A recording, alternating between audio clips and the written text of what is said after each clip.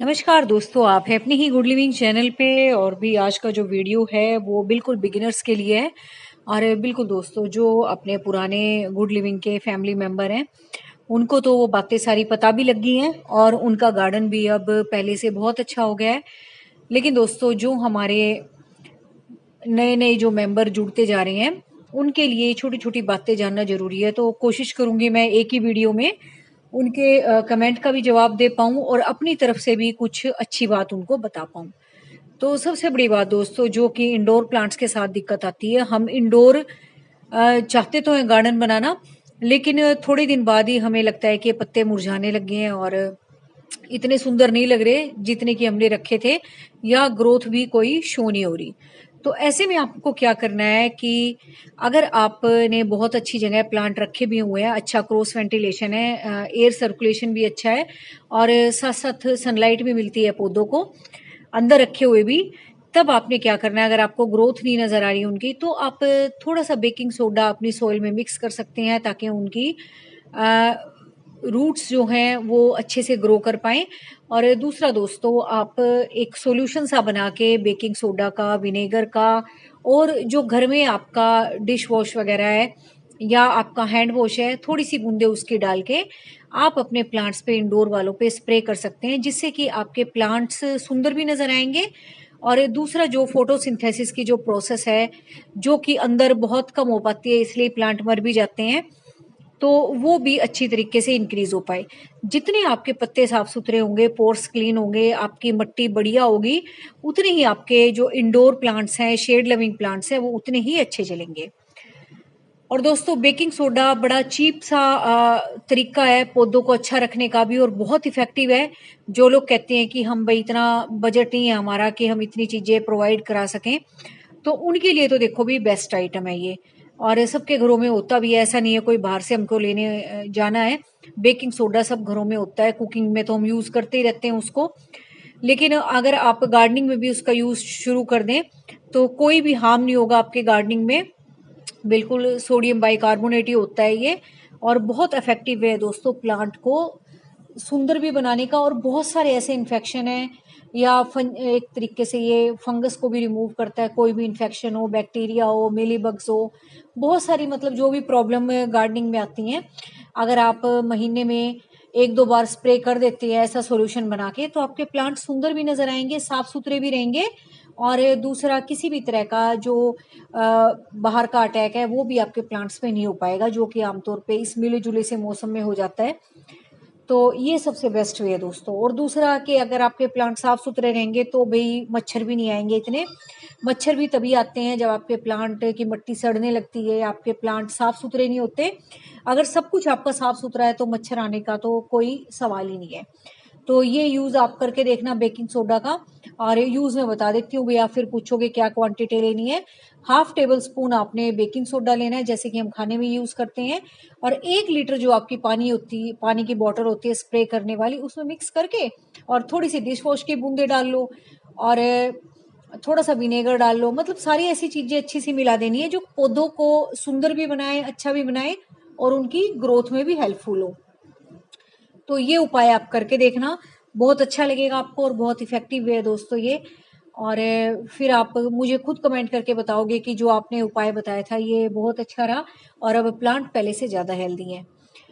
और सबसे बड़ी बात दोस्तों कि जो भी हमारे शेड लविंग प्लांट्स होते हैं उनको स्प्रे करके पानी दिया करो, क्योंकि जितना आप उनको स्प्रे करके पानी दोगे वो उतना मतलब एक अपने चारों तरफ ह्यूमिड सा एनवायरनमेंट क्रिएट कर पाएंगे।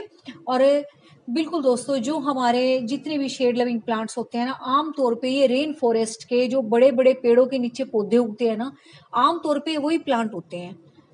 जैसे जंगलों में पौधे उगते हैं ना, ज्यादातर वही होते हैं। इनको बड़ा ह्यूमिड सा एनवायरनमेंट पसंद होता है, और वही एनवायरनमेंट आपको जो जंगल में होता है वही देने की कोशिश करनी चाहिए, ताकि वही माहौल इनको घर पे मिल पाए।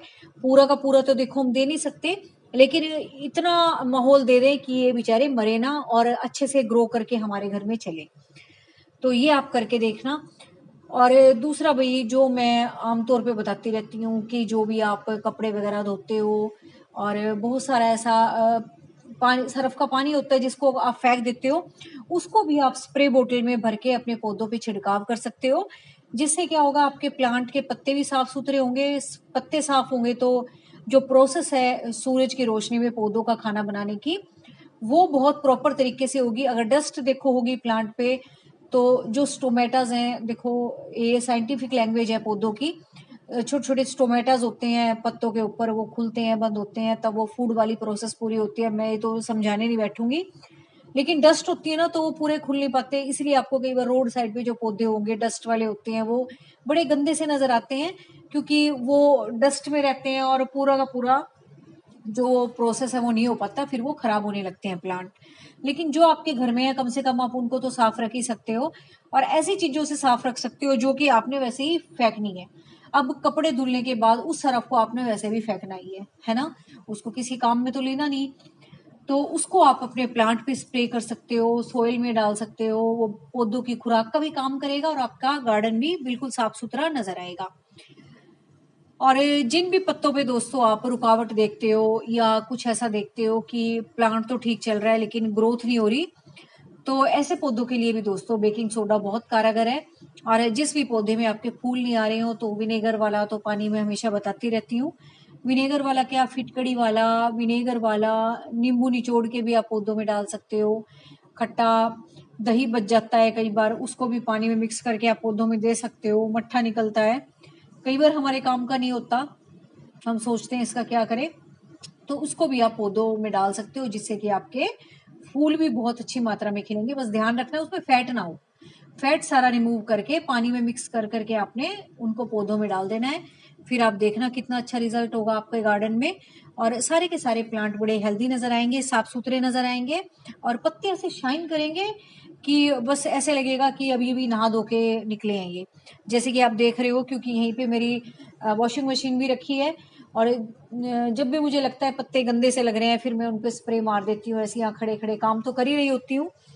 तो ये छोटी छोटी बातें दोस्तों हम सबके साथ होती हैं, और कई बार हम थोड़ा सा खाली भी होते हैं कि इन कामों को करने के लिए, तो तब भी आप ये काम कर सकते हो। अगर आप कोई और काम कर रहे हो, उसके करने में थोड़ा सा टाइम है, तो बीच बीच में आप ये काम भी कर सकते हो।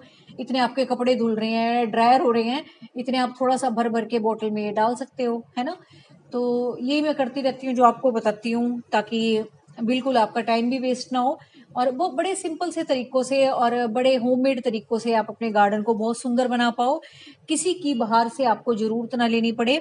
और भाई, थर्ड बात जो मैं आपको बताती हूँ, गुलाब है हमारे या ऐसे पौधे हैं जिनको कि आपको लगता है कि खुराक की जरूरत है लेकिन मेरे पास फिलहाल कुछ भी नहीं है, तो ऐसे पौधों में दोस्तों चाय की पत्ती मैं आपको बताते रहती हूँ, वॉश करके वो डाल दिया करो। अब तो गर्मी इतनी है, डायरेक्टली भी धो के डाल दोगे तब भी वो बढ़िया खाद का काम तो करेगी करेगी, लेकिन उसको सुखाने की भी जरूरत नहीं पड़ेगी। और दूसरा, जैसे गुलाब वगैरह हमारे प्लांट हो गए जो हैवी फीडर हैं, या हमारे जो ये इंडोर वाले प्लांट्स हैं, इनमें आप ब्लैक पेपर पाउडर डाल सकते हो। अगर आपको लगता है कि इतनी अच्छी ग्रोथ नहीं हो रही है इनकी जितनी होनी चाहिए, तो बस इन तरीकों से क्या होगा कि आपके पौधे साफ सुथरे भी रहेंगे, स्प्रे करके पानी देते हो तो एक अच्छा एनवायरनमेंट इनको मिलेगा। और ये छोटी छोटी सी बातें जो पौधों को क्लीन करने के लिए या किसी भी इन्फेक्शन से दूर रखने के लिए मैं बताती रहती हूँ, बिल्कुल सारी होममेड बातें हैं, बाहर कुछ भी नहीं है, सारी चीजें हमारे घर में होती हैं। बस आपको क्या करना है, इनका यूज करना आना चाहिए। और यूज दोस्तों मैं बताती रहती हूँ आपको, जिससे कि आपका गार्डन और भी ज्यादा खूबसूरत हो। चाहे आप एक गमले में कितने सारे प्लांट लगाओ, आपके हर प्लांट चमचमाते हुए हों, चमकते हुए हों, जैसे कि आपको दिख रहे हैं, क्योंकि मैं मारती रहती हूँ स्प्रे। और उसके बाद तो जब मैं पानी देती हूँ ना पौधों में, ऐसे मतलब धुल जाते हैं जैसे बर्तन या कपड़े साफ किए हो, बिल्कुल ऐसे शाइन करते हैं पत्ते, और बहुत सुंदर लगता है फिर गार्डन। देखो हमें देखने में सुंदर लगेगा, तो ये समझ लो पौधों को कितना अच्छा लग रहा होगा, है ना। वो भी तो, हम भी तो नहा धो के कितना हल्का महसूस करते हैं, साफ सुथरा महसूस करते हैं। और दोस्तों जब इस तरह से डस्ट अगर पौधों पे जमी हुई हो और आप इतनी अच्छी तरीके से रिमूव कर दो बिना ज्यादा मेहनत किए, तो देखो अच्छा तो फिर उनको भी लगेगा लगेगा। तो बस ये छोटी छोटी बातें हैं, मुझे नहीं लगता अब कुछ और रह गया हो। इन्हीं छोटे छोटे तरीकों से आप गार्डन में प्लांट्स की ग्रोथ भी बढ़ा सकते हो, साफ सुथरा भी रख सकते हो। और जो आपके प्लांट हैवी फीडर हैं उनको भी आप अपने घर से कुछ ना कुछ दे सकते हो। और वही रही चींटियों की बात, चींटियों के बारे में बहुत कमेंट आते हैं कि मैम चींटियां लग गई हैं प्लांट में। इस टाइम लगती हैं क्योंकि गर्मी का मौसम है ना, ठंड में जैसे आप पानी देते हो ना, तो ठंड में वो बिल बना लेती हैं, ठंडक में रहती हैं। तो उसके लिए भाई पहली बात तो ब्लैक पेपर पाउडर से हो जानी चाहिए दूर। हल्दी मिला लो उसमें, सिनेमन पाउडर मिला लो, तीनों को मिक्स करके सॉइल में मिक्स कर दो तो मेरे ख्याल से चली जाएंगी। और नहीं तो भाई क्या होता है कि लाइजोल जो आता है घर में, उसका स्प्रे भी आप पानी में मिक्स करके यूज कर सकते हो। इससे पत्ते भी शाइन करेंगे और उसकी खुशबू से ना ये छोटे छोटे कीटाणु चले जाते हैं, वैसे भी दूर भाग जाएंगी ये। एक बार करके देखना, असर होता है तो फिर जिसकी ना भागे फिर और कुछ सोचेंगे, कुछ और उपाय बताऊंगी। तो बस वैसे तो इतने से हो जाएगा काम। तो बस यही छोटी छोटी बातें थी जो मैंने आपको बतानी थी। उम्मीद है आज का वीडियो आपको अच्छा लगा होगा।